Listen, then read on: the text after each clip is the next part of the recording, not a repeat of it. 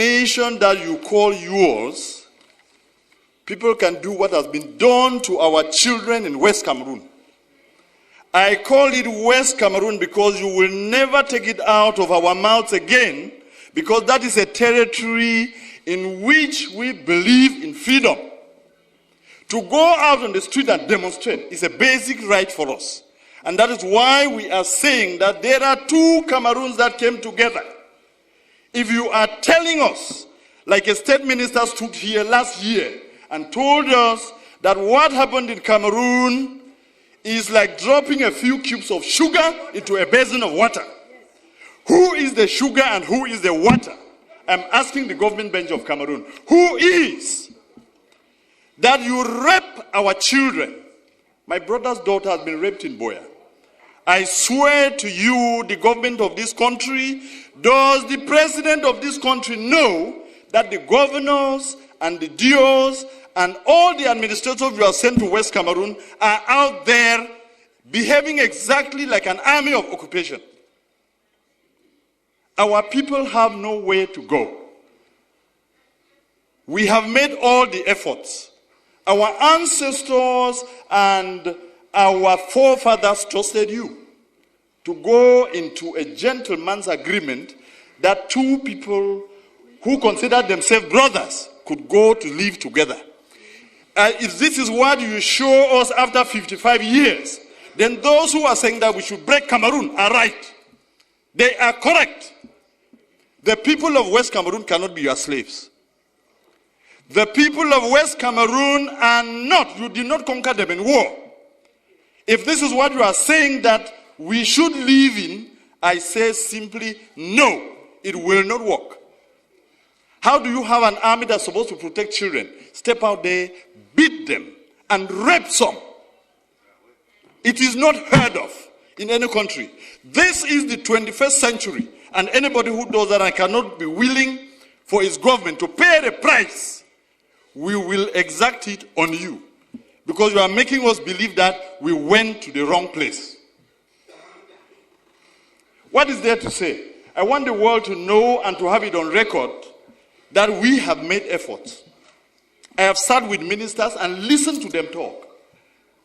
The first one was the then Minister of Justice, Amadou Ali, 10 years ago. And I took my time, drove from Kombo to Yaoundé to tell him something is brewing out there.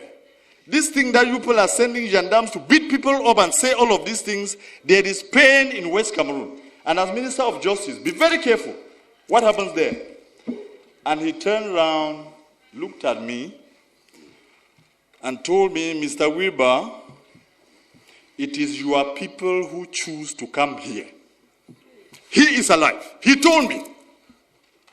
Last week, I went to see the Minister of Higher Education, Professor Famin Ndongo, and I told him, the problems in Cameroon, the problem we have in West Cameroon, is the problem that will bring down Cameroon. If you do not handle it well, you will not know Cameroon as it is in a few months or in a few years. When people have had pent-up anger and pain, humiliation, for over 50 years, when it bursts out, you will never be able to control it. And I told him. And simply what he asked me was, qu'est-ce que vous allez faire? Because you have your army of occupation out in West Cameroon, you believe that when the people will rise, even if you took the whole of the French army and added to yours, you will never bring them down. And we have no need for that. We don't have any need for that in the 21st century. I was one of the believers in a unified Cameroon. And I want to tell this house that what has happened to those children in Buea University and in Bamenda has convinced me that the people who say Cameroon should go in two parts are correct. And there are more and more of us out there who now believe that it is the ultimate end. I listened the other night, an offer of 1,000 jobs, an offer of 2 billion francs for lay schools, and I laughed at myself. Are my people slaves? So you now take them to be your dogs. that you can beat and wound and maim, break their bones, then throw a piece of meat for them to fight over. It has to end. If we, the people of West Cameroon, have to continue doing what we are doing, it is because we believe that the more is always the merrier. When you have more people, you have more chances of surviving in life. If the more people who are the people of East Cameroon have proven to us that our blood means nothing, then it is time for us to say it will soon be over. I want to give you a quote here in this house that I borrowed from the American liberators. When injustice becomes law, resistance becomes a duty. The people of West Cameroon have a duty to resist your oppression. I called it oppression because of what I've seen in the field. Let me quote you another two instances. 3 weeks ago, there was an incident in Bangolan, which is a neighboring village to Jakiri, where I come from. And I don't know what it was about, and a gendarme officer was killed. And the forces of law and order, under the instructions of the SDO of Ngokitunya, move into Jakiri, a neighboring village, and take away 100 men. Just beat them up, break their bones, and then just leave them there. And I went to that place where he took these people, and I told him, Mr. SDO, you are going to release my people. He sent soldiers to me, and one of them told me, I said, I am the representative of these people because I'm a parliamentarian. And the young man turned around and asked me, Et puis quoi? On n'est pas ici à Yaoundé. And he drew a line on the ground to tell me, if you cross here, you will see the consequences. Unfortunately for him, I happen to be a descendant of the warriors, so nobody draws a line before me. And I crossed, and I told him, shoot me. I told the SDO, release my people. In 12 hours, he released them. But some are still lying in the hospital. They beat and kicked a woman and she miscarried, a pregnant woman. And nobody can question this. That is the reason in this master plan to finish our culture and our people.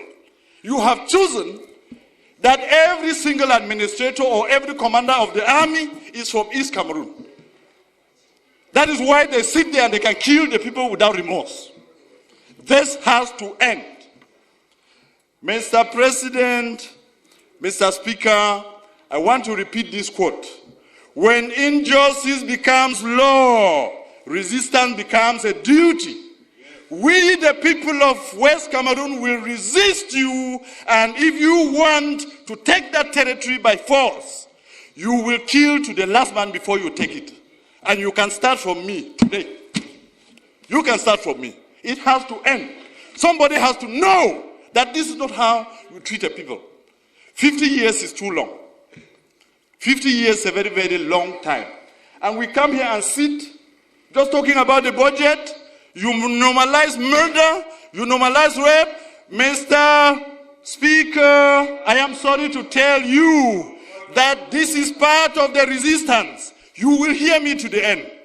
When injustice becomes law, resistance becomes a duty. It is my duty to defend my people.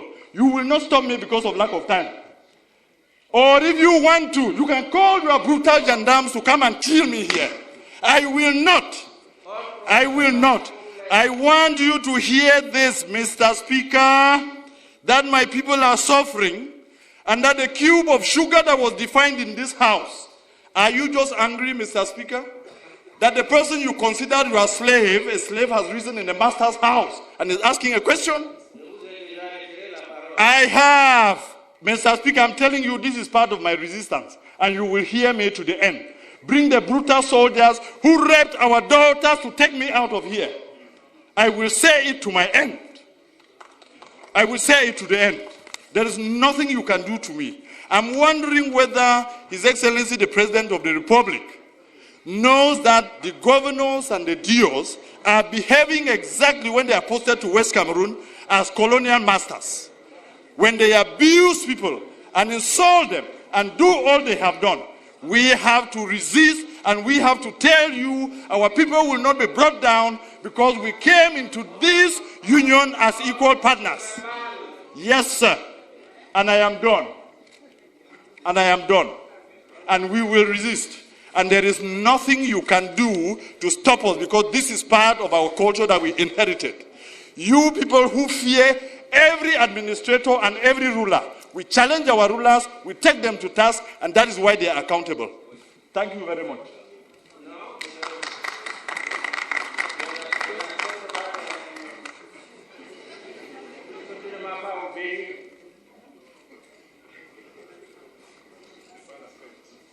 Mettre sur pied un programme d'urgence de réhabilitation et de mise à niveau de toutes ces formations sanitaires victimes d'accidents. Et en évoquant cela, Monsieur le ministre, je ne peux m'empêcher de soulever le cas de l'hôpital de district d'Ebebda, qui n'emporte que la désignation et pour lequel je vous avais saisi il y a 2 ans. À ce jour, le plateau technique de cette formation reste on ne peut plus sommaire. Or, cette localité est très souvent le théâtre d'accidents mortels, volant alors qu'elle marchait paisiblement et prudemment le long de la route. Monsieur le ministre, c'est un cri de détresse que je lance. J'espère qu'il sera entendu. Me tournant à présent vers le ministre en charge du développement urbain, je voudrais relayer les cris de détresse des habitants de certains quartiers de la capitale de notre pays. Mimboman 3, Etam, Bafia, Nkolombon, ils sont nombreux, Monsieur le ministre. Ces quartiers de la zone urbaine de Yaoundé confrontés à l'inaccessibilité en raison de l'état de dégradation avancée des voies. Nous pensons, Monsieur le ministre, qu'il est urgent de prendre en compte dans le programme d'urgence en cours certains de ces axes routiers pour permettre à notre cité capitale d'être un milieu de vie agréable pour tous ses habitants. Je voudrais également signaler à votre attention, au cas où vos collaborateurs ne l'auraient pas fait encore, le danger permanent que constitue la voie d'accès, du reste très fréquentée, reliant le rond-point école publique Bastos à la rue dite Dragage. Depuis plusieurs mois, les usagers assistent impuissants à l'érosion progressive de l'étroite ruelle au point de franchissement de la rivière Mfunzi. Il serait indiqué d'y opérer une intervention urgente avant la survenance d'une catastrophe, c'est-à-dire l'effondrement total de ce qui tient encore lieu de chaussée.